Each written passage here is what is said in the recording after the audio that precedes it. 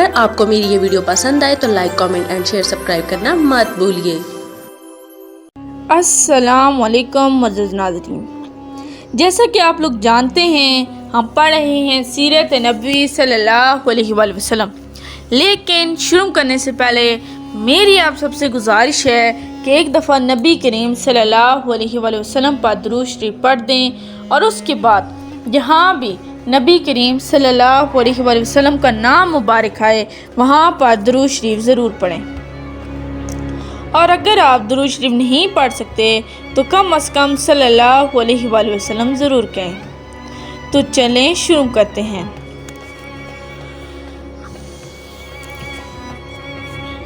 اس کا باب نمبر 70 ہے، جس کا نام ہے غزوہ احد کی تیاری۔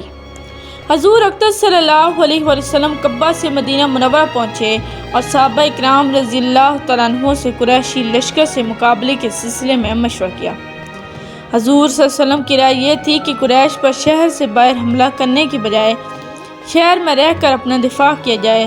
چنانچہ آپ صلی اللہ علیہ وسلم نے فرمایا، اگر تمہاری رائے ہو تو تم مدینہ منورہ میں رہ کر ہی مقابلہ کرو، ان لوگوں کو وہیں رہنے دو جہاں وہ ہیں، اگر وہ وہاں پڑے رہتے ہیں تو وہ جگہ ان کے لیے بدترین ثابت ہوگی، اور اگر ان لوگوں نے شہر میں آ کر ہم پر حملہ کیا تو ہم شہر میں ان سے جنگ کریں گے، اور شہر کے بیچوں ہم کو ہم ان سے زیادہ جانتے ہیں۔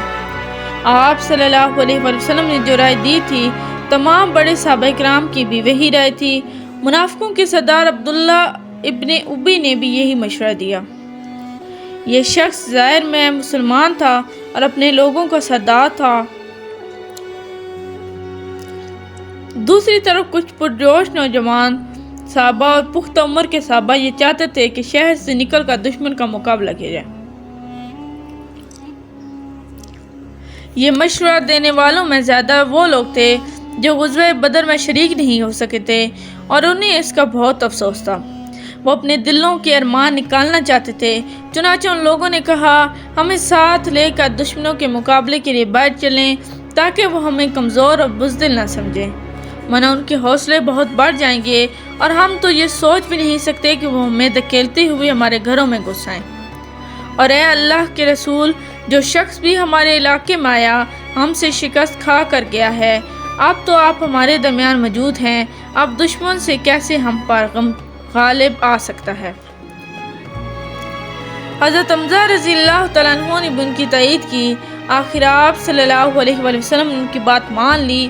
پھر آپ صلی اللہ علیہ وآلہ وسلم نے جمعہ کی نماز پڑھائی اور لوگوں کے سامنے وعظ فرمایا، انہیں حکم دیا، مسلمانوں پوری تندہی اور ہمت کے ساتھ جنگ کرنا، اگر تم لوگوں نے صبر سے کام لیا تو اللہ تعالیٰ تمہیں فتح اور کامرانی عطا فرمائیں گے۔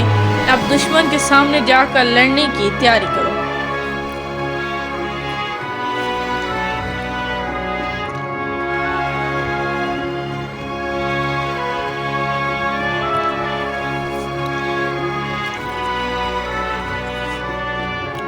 لوگ یہ حکم سن کر خوش ہو گئے۔ اس کے بعد آپ صلی اللہ علیہ وآلہ وسلم نے سب کے ساتھ عصر کی نماز پڑھی۔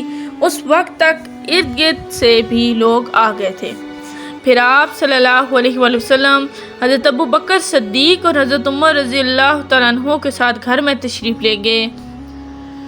ان دونوں نے آپ صلی اللہ علیہ وسلم کے سر پر عمامہ باندھا اور جنگی لباس پہنایا۔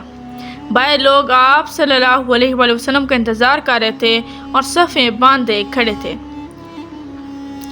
اس وقت حضرت سعد بن معاذ اور حضرت اسید بن حضیر رضی اللہ تعالیٰ عنہ نے مسلمانوں سے کہا، رسول اللہ صلی اللہ علیہ وآلہ وسلم کی مرضی شہر میں رہ کر لڑنے کی تھی، تم لوگوں نے انہیں باہر نکل کر لڑنے پر مجبور کیا، بہتر ہوگا تم اب بھی اس معاملے کو ان پر چھوڑ دو۔ حضور صلی اللہ علیہ وآلہ وسلم جو بھی حکم دیں گے، ان کی جو بھی رائے ہوگی بھلائی اسی میں ہوگی، اس لیے حضور صلی اللہ علیہ وآلہ وسلم کی فرما برداری کرو۔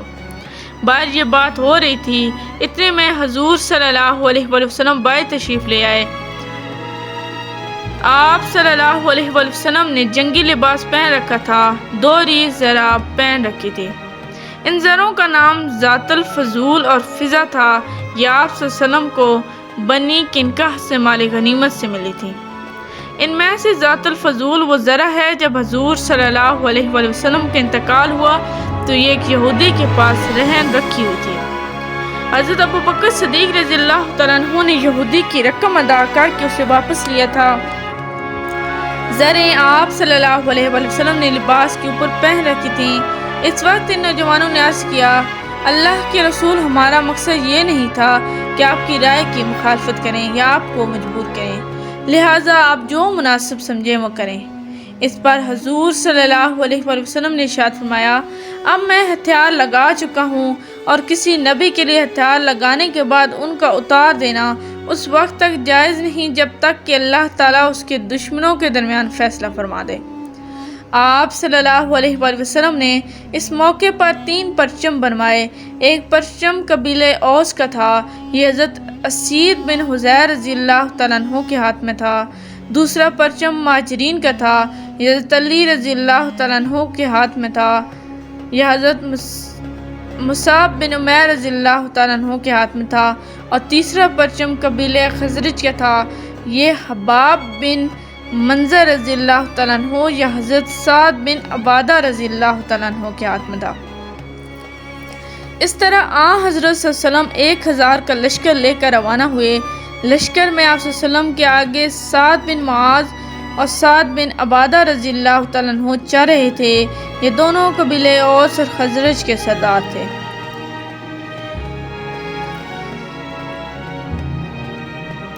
آپ صلی اللہ علیہ وآلہ وسلم نے مدینہ منورہ میں ایک نبینہ صحابی حضرت عبداللہ بن مکتوم رضی اللہ تعالیٰ عنہ کو اپنا قائم مقام مقرر فرمایا۔ مدینہ منورہ سے کوچ کر کے آپ صلی اللہ علیہ وآلہ وسلم ثنیہ کے مقام پر پہنچے، پھر یہاں سے روانہ ہو کر شیخین کے مقام پر پہنچے۔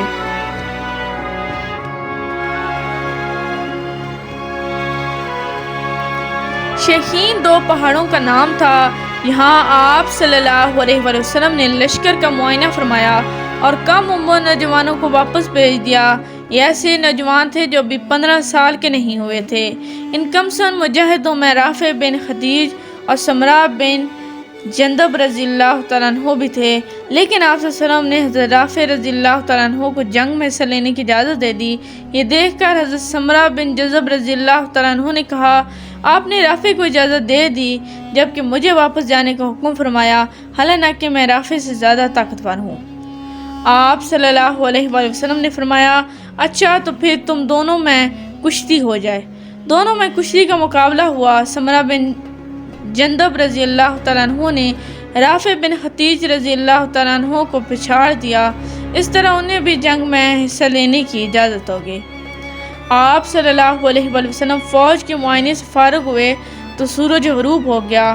حضرت زبیر رضی اللہ تعالیٰ عنہ نے اذان دی، آپ صلی اللہ علیہ وآلہ وسلم نے نماز پڑھائی، پھر عشاء کی نماز ادا کی گئی۔ نماز کے بعد آپ صلی اللہ علیہ وسلم آرام فرمانے کے لیے لیٹ گئے۔ رات کے وقت پہرا دینے کے لیے آپ صلی اللہ علیہ وسلم نے 50 مجاہدوں کو مقرر کیا۔ ان کا سالار حضرت محمد بن مسلمہ رضی اللہ تعالیٰ عنہ کو مقرر فرمایا۔ یہ تمام رات اسلامی لشکر کے گرد پہرا دیتے رہے۔ رات کے آخری حصے میں آپ صلی اللہ علیہ وسلم نے شیخین سے کوچ فرمایا اور صبح کی نماز کے وقت احد پہاڑ کے قریب پہنچے۔ اب تک کے لیے اتنا ہی، ملتے ہیں اگلے باب میں، تب تک کے لیے اللہ حافظ۔ Please like, subscribe and share our channel and press the bell icon for more videos.